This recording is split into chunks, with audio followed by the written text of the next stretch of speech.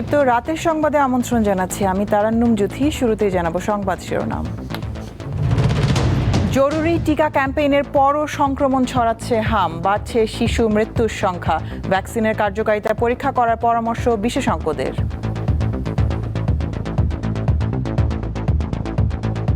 এখন আমাদের যেটি দেখার বিষয় যে আমরা যে ভ্যাকসিনগুলো দিয়ে এসেছি, ভ্যাকসিনের কার্যকারিতা কতটুকু, সে কতটা দিয়েছে, সেই প্রক্রিয়ায় আমরা যাচ্ছি। প্রধানমন্ত্রীকে ব্রিক্স ও দ্বিপক্ষীয় সফরের আমন্ত্রণ ভারতের, জানালো দিল্লি। ঢাকায় প্রধানের আশা নিয়ে জল্পনার কিছু নেই, মন্তব্য উপদেষ্টার। ভারতের গোয়েন্দা সংস্থা, আমাদের গোয়েন্দা সংস্থা, তাদের যেসব কাউন্টার পার্ট যারা আছে তাদের মধ্যে এনগেজমেন্ট, তাদের মধ্যে কথাবার্তা, এগুলো তো হতে হবে। 20 আগস্ট দুপুর 2টা থেকে বিকেল 5টা পর্যন্ত রাষ্ট্রপতি নির্বাচনের ভোট গ্রহণ। পুরো প্রক্রিয়া সরাসরি সম্প্রচারের উদ্যোগ, ফলাফল একই দিনে। 3টা ব্যালট বক্স রাখার কথা বলা হয়েছে। 3টা ব্যালট বক্সের যে কোনোটাই তারা ভোট কাস্ট করবেন। অনির্ধারিত কারণে কোনো মাননীয় সংসদ সদস্য এসে পৌঁছাতে দেরি করেন, তাহলে সেই জিনিসটা যেন 5টা পর্যন্ত কন্টিনিউ করে।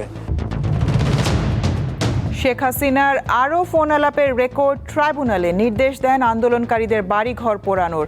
সায় ছিল কাদের ও হাসান মাহমুদের। আমাদেরও বাড়িঘরে আগুন দিচ্ছে, ওদের বাড়িঘরে আগুন পাবলিক দিলে।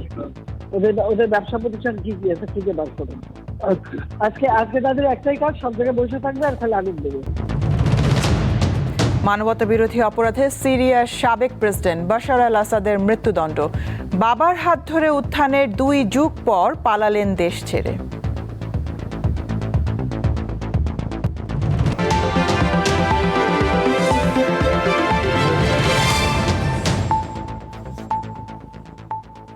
সংবাদে আরও থাকছে। দুর্গাপুরে উদ্ধার হলো লোকালয়ে ঢুকে পড়া বিরল প্রজাতির লজ্জাবতী বানর। স্বেচ্ছাসেবকদের সহায়তায় পরে বনে অবমুক্ত।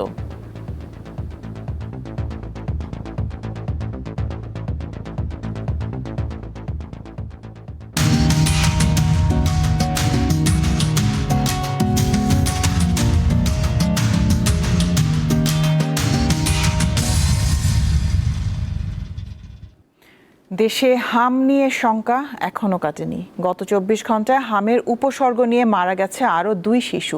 এই অবস্থায় জনস্বাস্থ্য বিশেষজ্ঞরা বলছেন, টিকা নেওয়ার পর শিশুদের শরীরে সুরক্ষামূলক রোগ প্রতিরোধ ক্ষমতা তৈরি হয়েছে কিনা তা এখন যাচাই করে দেখা উচিত। যদিও জনস্বাস্থ্য ইনস্টিটিউট জানায় তারা সম্প্রতি এই বিষয়ে পরীক্ষা নিরীক্ষার সিদ্ধান্ত নিয়েছে। হামে আক্রান্ত হয়ে এখনো প্রতিদিন প্রায় শতাধিক শিশু রাজধানী সহ দেশের বিভিন্ন হাসপাতালে ভর্তি হচ্ছে, মৃত্যুও আছে। এরই মধ্যে বিশেষ ক্যাম্পেইন করে দেয়া হয়েছে হামের টিকা। তবুও কেন এত সংক্রমণ? এই টিকা কতটুকুই বা কার্যকর হয়েছে? কতদিন পর্যন্ত চলবে এই অবস্থা? এসব বিষয় নিয়ে নানান প্রশ্ন আছে সাধারণ মানুষের মধ্যে। স্বাস্থ্য অধিদপ্তরের তথ্য বলছে, গত 15 মার্চ থেকে আগস্টের প্রথম সপ্তাহ পর্যন্ত হামে 1,36,000-এর বেশি শিশু আক্রান্ত হয়। মারা গেছে প্রায় 750-র বেশি। ঢাকা, চট্টগ্রাম ও বরিশাল বিভাগে হামে আক্রান্তের হার বেশি। আবার রাজধানীর হাসপাতালগুলোতেও বিভিন্ন জেলা থেকে রোগীরা এসে ভর্তি হচ্ছেন। সংক্রমণ কমাতে এপ্রিল মাসে জরুরি টিকার ক্যাম্পেইন করে সরকার। বিশেষজ্ঞরা বলছেন, এখন সময় এসেছে টিকার কার্যকারিতা জানার। হাম তো এখনও সংক্রমণ হচ্ছে, এখনও মারা যাচ্ছে। মিজেলস যেসব দিলাম, যেসব বাচ্চাদের, তাদের রক্ত নিতে হবে, নিয়ে দেখতে হবে তাদের রোগ প্রতিরোধ ব্যবস্থা হয়েছে কিনা, এবং হলেও সেটা প্রতিরোধ লেভেলে একটা ইউনিট আছে, 120 international unit per ml minimum এটা থাকতে হবে। ভ্যাকসিন দেওয়ার পর এই লেভেলটা থাকতে হবে, সেটা আছে কিনা। না থাকলে ভ্যাকসিন দিলেও দেখা যাবে সংক্রমণ হতে থাকে। জনস্বাস্থ্য ইনস্টিটিউট জানায়, মার্চ থেকে জুলাই পর্যন্ত 34,000-এর বেশি রক্তের নমুনা পরীক্ষা করে ইনস্টিটিউট। এতে শুধু আক্রান্তের হার নির্ণয় করা হয়, কিন্তু টিকার কার্যকারিতা পরীক্ষা করা হয়নি। এখন আমাদের যেটি দেখার বিষয় যে আমরা যে ভ্যাকসিনগুলো দিয়ে এসেছি, ভ্যাকসিনের কার্যকারিতা কতটুকু, সে কতটা দিয়েছে, সেই প্রক্রিয়ায় আমরা যাচ্ছি। আমরা অলরেডি প্রজেক্ট পাশের জন্য দিয়ে দিয়েছি। পাশ হওয়ার সাথে সাথে আমাদের সব জনবলও রেডি আছে। আমরা দ্রুতই এটা দেখার জন্য যাবো ইনশাল্লাহ। টিকার কার্যকারিতা জানা গেলে কোথায় ঘাটতি আছে তা জানা যাবে বলে মন্তব্য করেন বিশেষজ্ঞরা। লাবণী গুহ, দীপ্ত সংবাদ, ঢাকা। ভারতের রয়ের প্রধানের বাংলাদেশ সফর নিয়ে জল্পনার কিছু নেই বলে জানিয়েছেন প্রধানমন্ত্রী উপদেষ্টা জাহিদুর রহমান। সরকারের বিভিন্ন কার্যক্রমের অগ্রগতি বিষয়ে মঙ্গলবার সচিবালয়ে প্রেস ব্রিফিংয়ে তিনি একথা বলেন। মন্ত্রিসভার রদবদলেরও কোনো সিদ্ধান্ত বা ইঙ্গিত নেই বলে জানান তিনি। বাংলাদেশের প্রধানমন্ত্রী হিসেবে তারেক রহমান শপথ নেন গত 17 ফেব্রুয়ারি। সেই হিসেবে তাঁর সরকারের 6 মাস পূর্ণ হতে চলেছে এ মাসেই। এই সংক্ষিপ্ত সময়ে মন্ত্রী ও মন্ত্রণালয়ের মূল্যায়ন করে ব্যবস্থা নিতে পারেন প্রধানমন্ত্রী। সেই প্রসঙ্গে আসে মন্ত্রিসভার রদবদলের বিষয়টি। এ নিয়ে উত্তর দেন খোদ প্রধানমন্ত্রীর তথ্য উপদেষ্টা। 180 দিন না এটা 365 দিন, এটা ইস্যু না। মাননীয় প্রধানমন্ত্রী নিশ্চয়ই মন্ত্রীরা যারা আছেন, মন্ত্রণালয়গুলো যা আছে সেগুলোর পারফরমেন্স ইভ্যালুয়েট করবেন এবং প্রয়োজনীয় ব্যবস্থা নেবেন। সাপ্তাহিক এই ব্রিফিংয়ে তিনি আরও জানান, ভারতের গোয়েন্দা সংস্থা রিসার্চ অ্যান্ড অ্যানালাইসিস উইং রয়ের প্রধানের ঢাকা সফর নিয়ে জল্পনার কিছু নেই। এটি দুই প্রতিবেশী দেশের স্বাভাবিক যোগাযোগের অংশ। আমাদের যিনি গোয়েন্দা প্রধান আছেন তিনি তো ভারতে গিয়েছিলেন। বন্ধু পাল্টানো যায় কিন্তু প্রতিবেশী পাল্টানো যায় না। সো আমাদের তো আসলে এনগেজ করতে হবে, আমাদের নতুন করে আমাদের সম্পর্ক আমি বারবার রিয়ালাইনমেন্টের কথা বলছি, কারণ আগে যেভাবে ভারত বাংলাদেশের সাথে সম্পর্ক তৈরি করতে চেয়েছে to some party or to some person, specifically একজন মানুষের প্রতিদিনই সম্পর্ক করতে চেয়েছেন, সেটা না হয় জনগণের সাথে হতে হবে। এবং ভারতের অন্তত বক্তব্যে আমরা এই আলাপটা এখন দেখছি, তারা জনগণের সাথে সম্পর্কের কথা বলছেন। তথ্য উপদেষ্টা বলেন, জাতীয় ক্রিকেট দলের সাবেক অধিনায়ক ও সাবেক সংসদ সদস্য সাকিব আল হাসান একজন নষ্ট, পচে যাওয়া মানুষ। জানান, বাংলাদেশে আসলে বিচারের মুখোমুখি হওয়ার জন্য নিরাপত্তা পাবেন তিনি। যে মানুষ হাসিনার সাথে অ্যালাইন্ড হয় এবং এখনও অ্যালাইন্ড থাকেন, সেই 5 তারিখে তো তার বক্তব্য এসছে। সো ডোন্ট কেয়ার উনি কত নামী, কত সুনাম তার আছে, এসব ফালতু কথা উনি বলেন আসলে সরকারকে কিছুটা চাপে ফেলার জন্য। আরও জানিয়েছেন, দেশের স্কুল শিক্ষার্থীদের ইতিহাস, মুক্তিযুদ্ধ ও গণ অভ্যুত্থানের চেতনার সঙ্গে পরিচিত করতে মাসে একদিন সরকারি ব্যবস্থাপনায় জুলাই জাদুঘর পরিদর্শনের ব্যবস্থা করা হবে। রুবায়েত হাসান, দীপ্ত সংবাদ, ঢাকা। প্রধানমন্ত্রী তারেক রহমানকে আসন্ন ব্রিক্স সম্মেলন ও দ্বিপক্ষীয় বৈঠকের জন্য আমন্ত্রণ জানিয়েছে ভারত। মঙ্গলবার নয়াদিল্লিতে নিয়মিত ব্রিফিংয়ে এই কথা জানান ভারতের পররাষ্ট্র মন্ত্রণালয়ের মুখপাত্র রণধীর জয়সওয়াল। এছাড়া বাংলাদেশের সরকার প্রধানের সঙ্গে ঢাকায় নিযুক্ত ভারতীয় হাইকমিশনার দীনেশ ত্রিবেদীর বৈঠক অত্যন্ত আশাব্যঞ্জক ও ইতিবাচক হিসেবেও উল্লেখ করেন তিনি। আগামী 12 ও 13 সেপ্টেম্বর ভারতে হতে যাচ্ছে 18তম ব্রিক্স শীর্ষ সম্মেলন। অপর এক প্রশ্নের জবাবে জয়সওয়াল জানান, শেখ হাসিনাকে প্রত্যর্পণ এবং শরীফ ওসমান হাদি হত্যা মামলার আসামিদের হস্তান্তরের বিষয়টি প্রতিষ্ঠিত প্রক্রিয়া অনুযায়ী খতিয়ে দেখা হচ্ছে।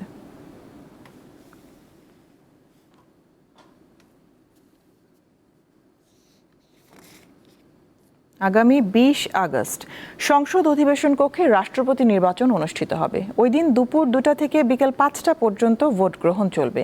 রাষ্ট্রপতি নির্বাচনে 349 জন সংসদ সদস্যের ভোট গ্রহণে থাকবে 3টি স্বচ্ছ ব্যালট বাক্স।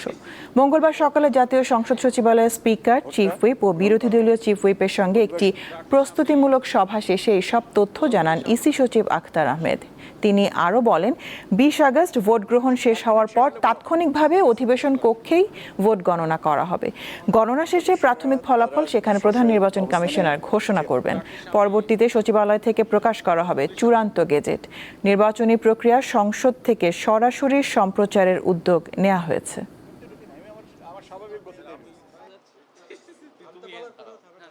সামনে 3টা ব্যালট বক্স রাখার কথা বলা হয়েছে। 3টা ব্যালট বক্সের যে কোনোটাই তারা ভোট কাস্ট করবেন। এইটা হচ্ছে পদ্ধতিগত ব্যাপার এবং আমরা বিকাল 5টা পর্যন্ত ভোট ব্যবস্থাটা রাখতে হবে। কেন যদি কোনো অনির্ধারিত কারণে কোনো মাননীয় সংসদ সদস্য এসে পৌঁছাতে দেরি করেন, তাহলে সেই জিনিসটা যেন 5টা পর্যন্ত কন্টিনিউ করে। এদিকে আগামী 27 আগস্ট ত্রয়োদশ জাতীয় সংসদের তৃতীয় অধিবেশন আহ্বান করেছেন ভারপ্রাপ্ত রাষ্ট্রপতি হাফিজউদ্দিন আহমেদ। মঙ্গলবার জাতীয় সংসদ সচিবালয়ের সংবাদ বিজ্ঞপ্তিতে এই তথ্য জানানো হয়। ওই দিন বেলা 3টায় শুরু হবে সংসদ অধিবেশন। বিজ্ঞপ্তিতে জানানো হয়, গণপ্রজাতন্ত্রী বাংলাদেশের সংবিধানের প্রদত্ত ক্ষমতা বলে রাষ্ট্রপতি আগামী 27 আগস্ট বিকেলে জাতীয় সংসদ ভবনের অধিবেশন কক্ষে ত্রয়োদশ জাতীয় সংসদের এই অধিবেশন আহ্বান করেছেন।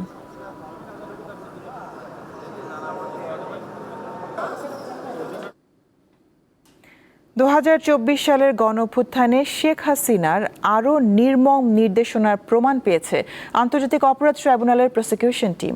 আন্দোলনকারীদের বাড়িঘর, ব্যবসা প্রতিষ্ঠান পুড়িয়ে দেওয়ার নির্দেশ দিয়েছিলেন শেখ হাসিনা নিজেই। আন্তর্জাতিক অপরাধ ট্রাইব্যুনাল 2-এ মঙ্গলবার সেই ফোনালাপ প্রমাণ হিসেবে উপস্থাপন করে প্রসিকিউশন। আন্তর্জাতিক অপরাধ ট্রাইব্যুনালের প্রসিকিউশনের নথিতে থাকা তথ্য অনুযায়ী 2024 সালের 19 ও 21 জুলাই তৎকালীন সড়ক পরিবহন ও সেতুমন্ত্রী ওবায়দুল কাদের এবং তৎকালীন পররাষ্ট্রমন্ত্রী হাসান মাহমুদের সঙ্গে শেখ হাসিনার ফোন আলাপ হয়। 19 জুলাই দুপুর 2:54 ফোন আলাপে শেখ হাসিনা ও হাসান মাহমুদের কথোপকথনে পাল্টা আগুনের কথা উঠে আসে। আমি একটা র্যাব পাঠাচ্ছি, আর আমি বলছি যে যেখান থেকে র্যাব নিয়ে যাচ্ছে সব জায়গায় র্যাব দেবে। আর ওরা আগুন দিচ্ছে, ওদের বাড়ি ঘর আছে না, এখন আর বসে থাকার সময় নেই। আমাদেরও বাড়ি ঘরে আগুন দিচ্ছে, ওদের বাড়ি ঘরে আগুন পাবলিক দিলে। ওদের ব্যবসা প্রতিষ্ঠান কি কি আছে খুঁজে বার করবে।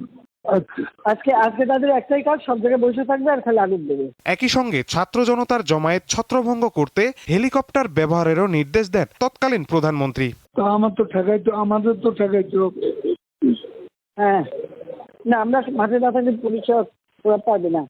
আর এমনি র্যাব পুলিশ হেলিকপ্টার দিয়ে ওখানে করবে। বিজিবি বলছি যেতে বিজিবি। প্রসিকিউশন জানিয়েছে ফরেনসিক ল্যাবে এই কল রেকর্ডের সত্যতা শতভাগ নিশ্চিত হওয়ার পরই তা ট্রাইব্যুনালে দাখিল করা হয়েছে। আমরা দেখেছি যে দেশব্যাপী অগ্নিসংযোগ হয়েছে। আমরা মনে করি আমাদেরকে বোঝানো হয়েছে যে এগুলো হলো আন্দোলনকারীরা করছে, কিন্তু এই সকল কল রেকর্ড থেকে দেখা যায় যে এই সকল অগ্নিসংযোগ ছিল সরকারের পরিকল্পনার অংশ এবং তৎকালীন প্রধানমন্ত্রীর আদেশে তৎকালীন সেতুমন্ত্রী ওবায়দুল কাদের আওয়ামী লীগ, ছাত্রলীগ, যুবলীগ নেতাকর্মীদের নির্দেশ দিয়ে এই আন্দোলনকারীদের বা সাধারণ মানুষদের বাড়িঘরে অগ্নিসংযোগ করেছিলেন, ব্যবসা প্রতিষ্ঠানে অগ্নিসংযোগ করেছিলেন। মানবতা বিরোধী অপরাধের এই মামলায় এখন পর্যন্ত 14টি কল রেকর্ড দাখিল করা হয়েছে। চলতি সপ্তাহেই প্রসিকিউশনের যুক্তিতর্ক উপস্থাপন শেষ হতে পারে। মাহিদুর রহমান, দীপ্ত সংবাদ, ঢাকা। মাগুরার বহুল আলোচিত 8 বছরের শিশু আসিয়া ধর্ষণ ও হত্যা মামলায় মৃত্যুদণ্ড অনুমোদনের আবেদন ও আসামির আপিল শুনানি শুরু হয়েছে। বুধবার বিচারপতি বিশ্বদেব চক্রবর্তী ও বিচারপতি KM রাশেদুজ্জামান রাজার বিশেষ বেঞ্চে শুনানি শুরু হয়। 2025 সালের 17 মে মামলার প্রধান আসামি হিটু শেখকে মৃত্যুদণ্ড দেয় মাগুরার নারী ও শিশু নির্যাতন দমন ট্রাইব্যুনাল। একই রায়ে অপর 3 আসামি সজীব শেখ, রাতুল শেখ ও জাহিদা বেগমকে খালাস দেওয়া হয়। 2025 সালে মার্চের শুরুতে মাগুরায় বোনের শ্বশুরবাড়িতে বেড়াতে গিয়ে ধর্ষণের শিকার হয় শিশু আসিয়া। গুরুতর অবস্থায় চিকিৎসাধীন থাকার পর 13 মার্চ ঢাকার সম্মিলিত সামরিক হাসপাতালে মারা যায় শিশুটি।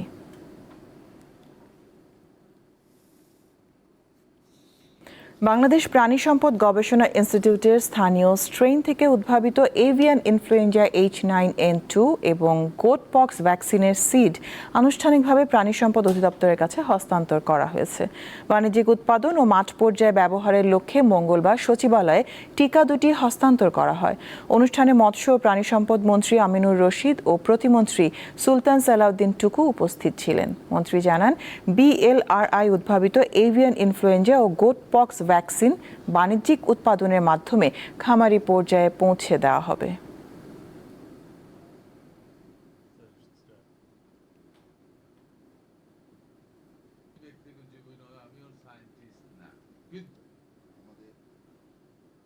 মেহেরপুরের ইসাখালী সীমান্তে এক বাংলাদেশি কৃষককে ভারতীয় সীমান্তরক্ষী বাহিনী BSF এর ধরে নিয়ে যাওয়ার জেরে 2 ভারতীয় কৃষককে আটকে রাখেন স্থানীয় বাসিন্দারা। পরবর্তীতে বর্ডার গার্ড বাংলাদেশ, BGB ও BSF এর মধ্যে পতাকা বৈঠকের মাধ্যমে 2 দেশের 3 নাগরিককেই মুক্তি দেওয়া হয়েছে। মঙ্গলবার সকালে মেহেরপুর সদর উপজেলার ইসাখালী সীমান্তে এই ঘটনা ঘটে। স্থানীয়রা জানান, শূন্যরেখা সংলগ্ন নিজের জমিতে চাষ করতেন বাংলাদেশি কৃষক আব্দুল মান্নান। সকালে জমিতে কীটনাশক স্প্রে করতে গেলে BSF এর সদস্যরা তাকে জোরপূর্বক ধরে ভারতীয় ভূখণ্ডে নিয়ে যায়। এই ঘটনা জানাজানি হলে বাংলাদেশ অংশের ক্ষুব্ধ এলাকাবাসী সীমান্তে অবস্থানরত 2 ভারতীয় কৃষককে ধরে নিয়ে আসে। পরে সৌহার্দ্যপূর্ণ পরিবেশে BSF বাংলাদেশি কৃষক আব্দুল মান্নানকে ফেরত দেয় এবং BGBর উপস্থিতিতে স্থানীয় বাসিন্দারা আটক 2 ভারতীয় কৃষককে BSF এর কাছে হস্তান্তর করেন।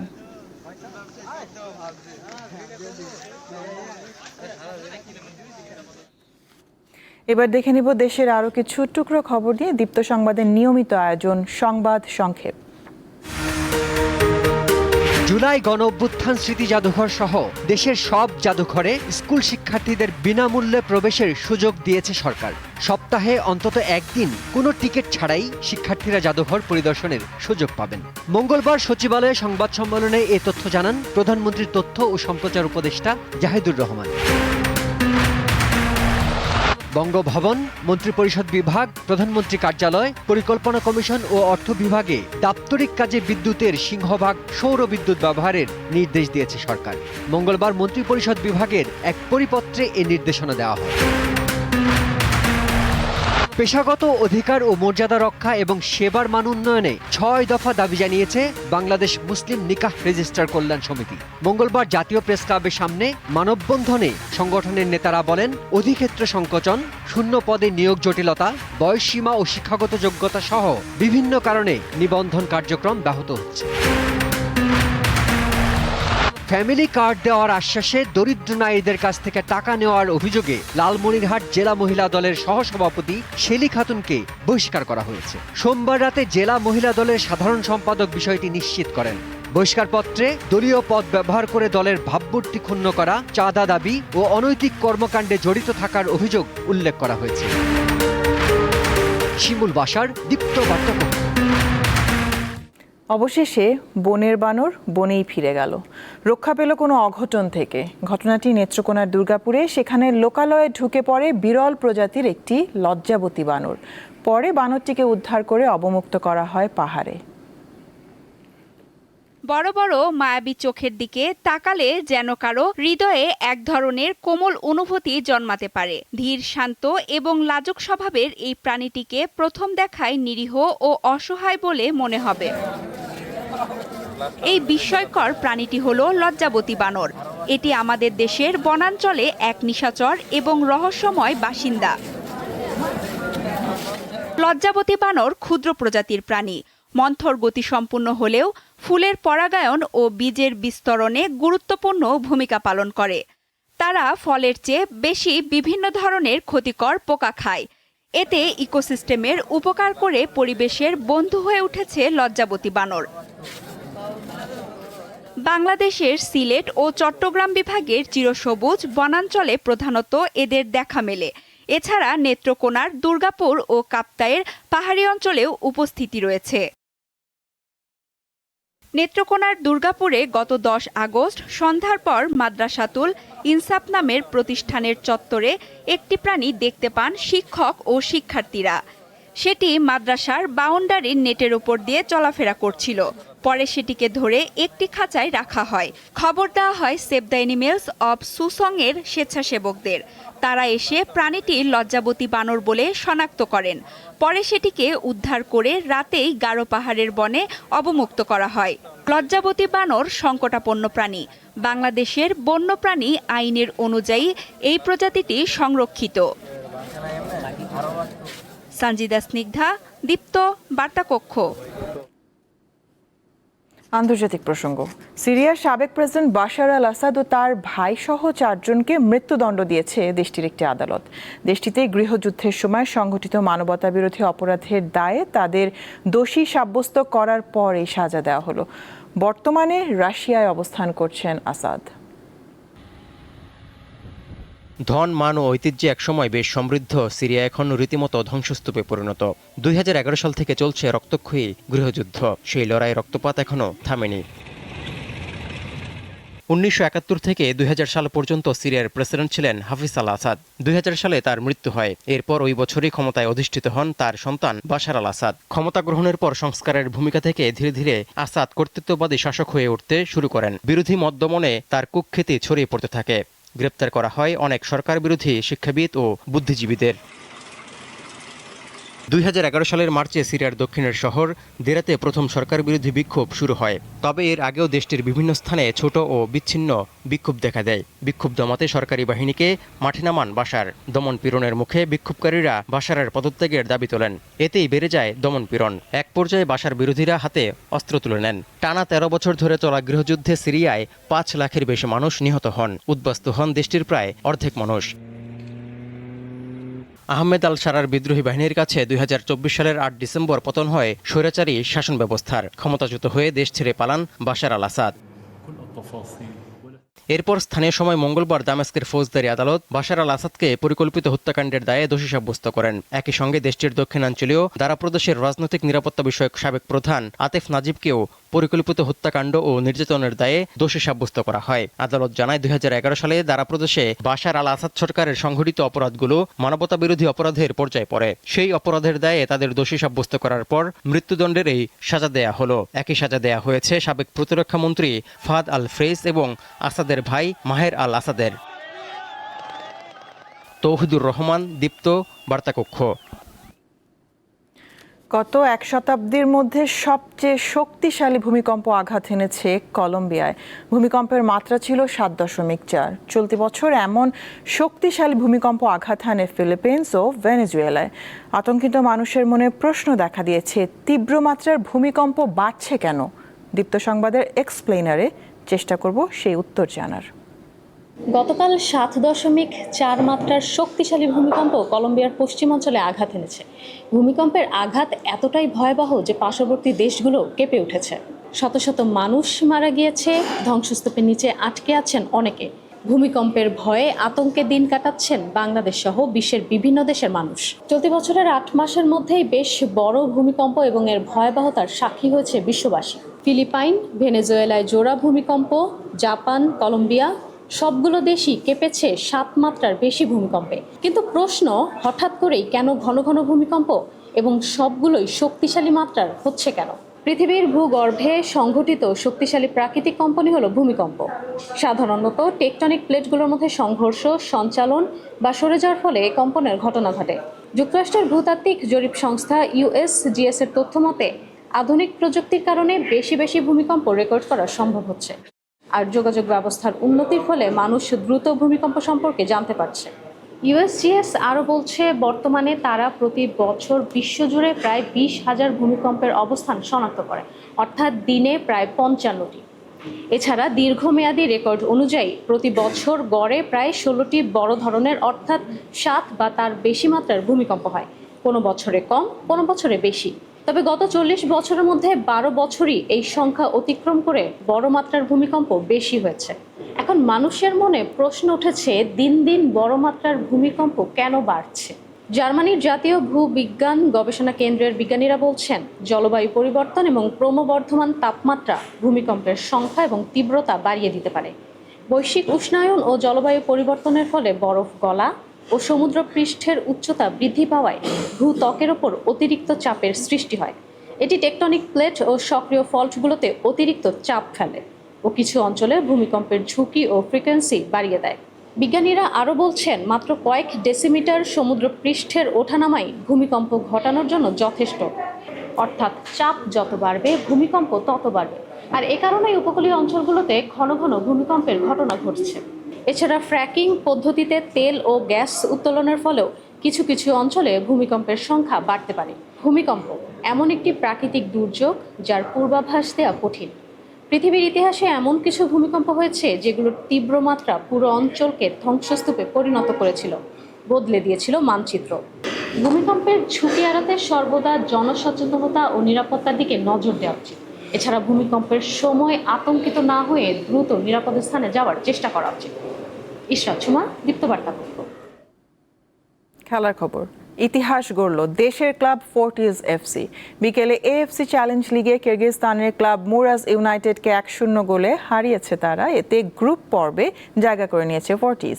বসুন্ধরা কিংস অ্যারেনায় ক্লাবটির হয়ে জয়সূচক গোলটি করেন মোহাম্মদ ইব্রাহিম।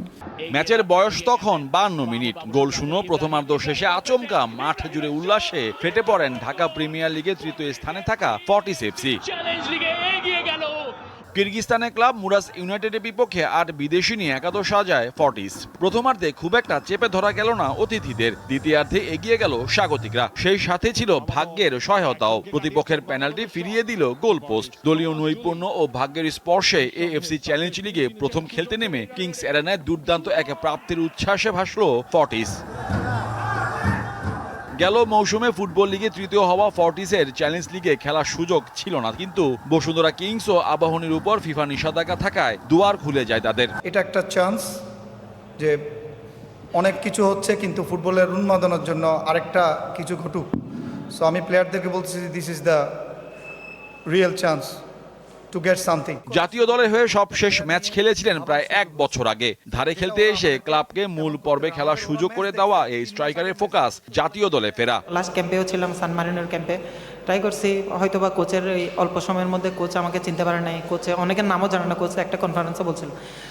আশা করি এই ম্যাচের পরে কোচ চিনবে, এখন দেখা যাক, বাকিটা কোচের উপর ডিপেন্ড করবে এবং পরবর্তীতে লিগ শরীরে চেষ্টা করবো যে ধারাবাহিকভাবে পারফর্ম করে আমি সাফে যাতে স্কোয়াডে চান্স পাই বা খেলতে পারি। আগামী 17 অক্টোবর শুরু হবে মূল প্রতিযোগিতা, শেষ হবে 2027 সালের 8 মে। মোহাম্মদ হাসিব, দীপ্ত স্পোর্টস, ঢাকা। এর সাথে শেষ করব দীপ্ত রাতের সংবাদ। শিরোনামগুলো জানাবো আরও একবার। জরুরি টিকা ক্যাম্পেইনের পরও সংক্রমণ ছড়াচ্ছে হাম, বাড়ছে শিশু মৃত্যুর সংখ্যা, ভ্যাকসিনের কার্যকারিতা পরীক্ষা করার পরামর্শ বিশেষজ্ঞদের।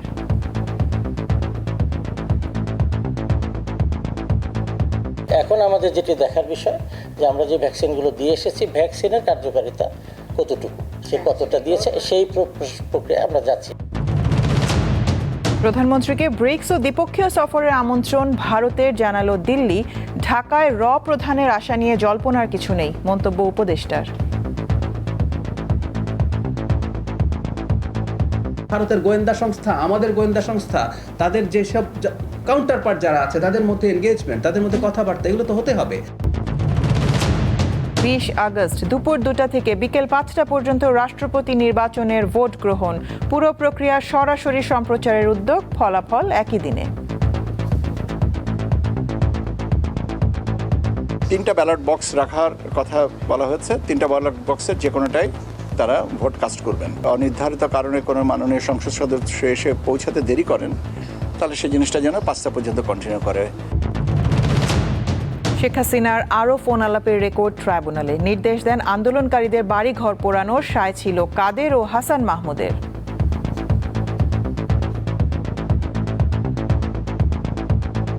আমাদেরও বাড়ি ঘরে আগুন দিচ্ছে, ওদের বাড়ি ঘরে আগুন পাবলিক দিলে ওদের ব্যবসা প্রতিষ্ঠান কি কি আছে খুঁজে বার করবেন।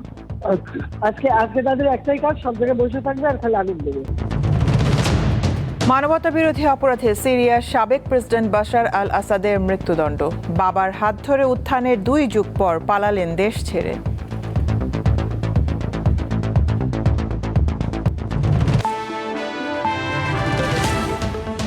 এই ছিল এখনকার মতন। আমি তারান্নুম জুথি বিদায় নিচ্ছি। দর্শক, আরও তথ্য বিনোদনের সংবাদ জানতে যুক্ত থাকুন দীপ্ত টিভির ডিজিটাল প্ল্যাটফর্মগুলোতে। এতক্ষণ সাথে থাকার জন্য ধন্যবাদ সবাইকে।